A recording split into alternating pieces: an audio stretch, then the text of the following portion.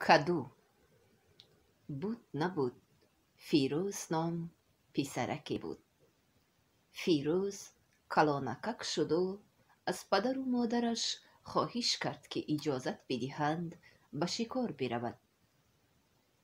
تو حالا خرد هستی، میدانی که حیوانها چه خیلی دهشتناکند؟ گفت پدرش.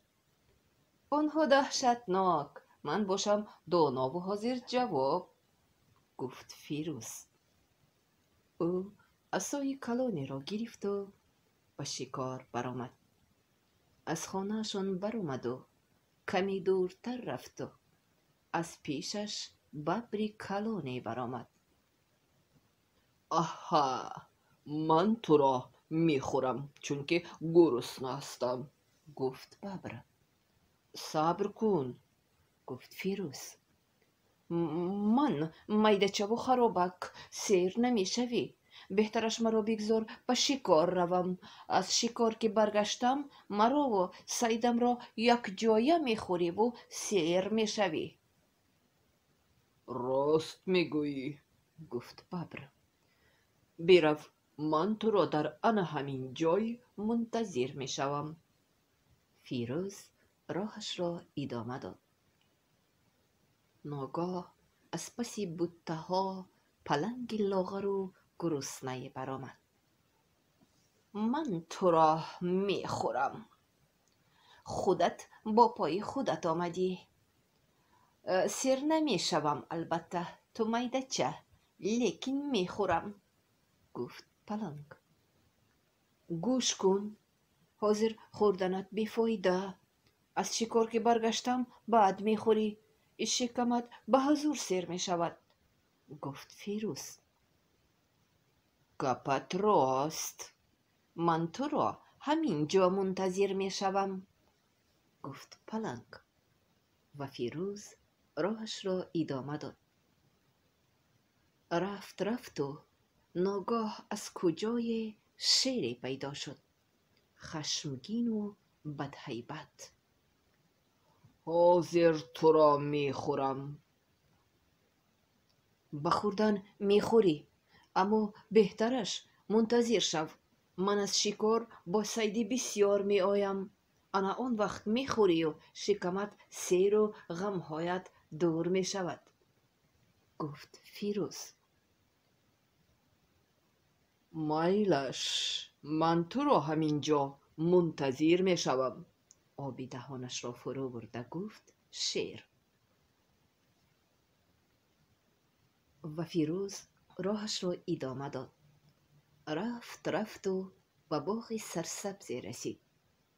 در این باغ سیب و انگور، آلو و ناک و انار فراوان بود. به فیروز از همه بیشتر کدوها خوش آمدند. آنها کلان و در پالیز غرم میخوابیدند. چنین کدوهای کلان را فیروز در عمرش بار اول میدید. فیروز کدوی کلانترین را انتخاب کرد و کمی سوراخ کرد و از آن سوراخی دانکهایش را بیرون ریخت و خودش به درون کدو در آمده به حضور نشست. با عصایش کدو را غیلاند و کدو غیلیده روان شد. باید از نزد شیر و ببر و پلنگ ناعیان گذشته روم. اگر مرا ببینند کارم تمام، فکر کرد فیروز. شیر در جای گفتش خوابیده انتظار پسرک بود. ناگاه چشمش به کدوی افتاد که غیلان می آمد. از کدو می پرسم، شاید پسرک را دیده باشد، فکر کرد شیر. کدو، جانی کدو، بچه را ندیدی کدو؟ دردی کدو، بلای کدو، بچه را ندیده است کدو. از درون کدو آواز برآورد فیروز. و کدو غلیده راهش را ادامه داد. شکاری پسرک برار گرفت افتش، چون که او خیلی دیر کرده ایستاده است. اوه کدو، از این کدو میپرسم شاید پسرک را دیده باشد، گفت پلنگ. کدو جانی کدو، بچه را ندیدی کدو؟ دردی کدو، بلای کدو، بچه را کی دیده است کدو؟ ندیدم.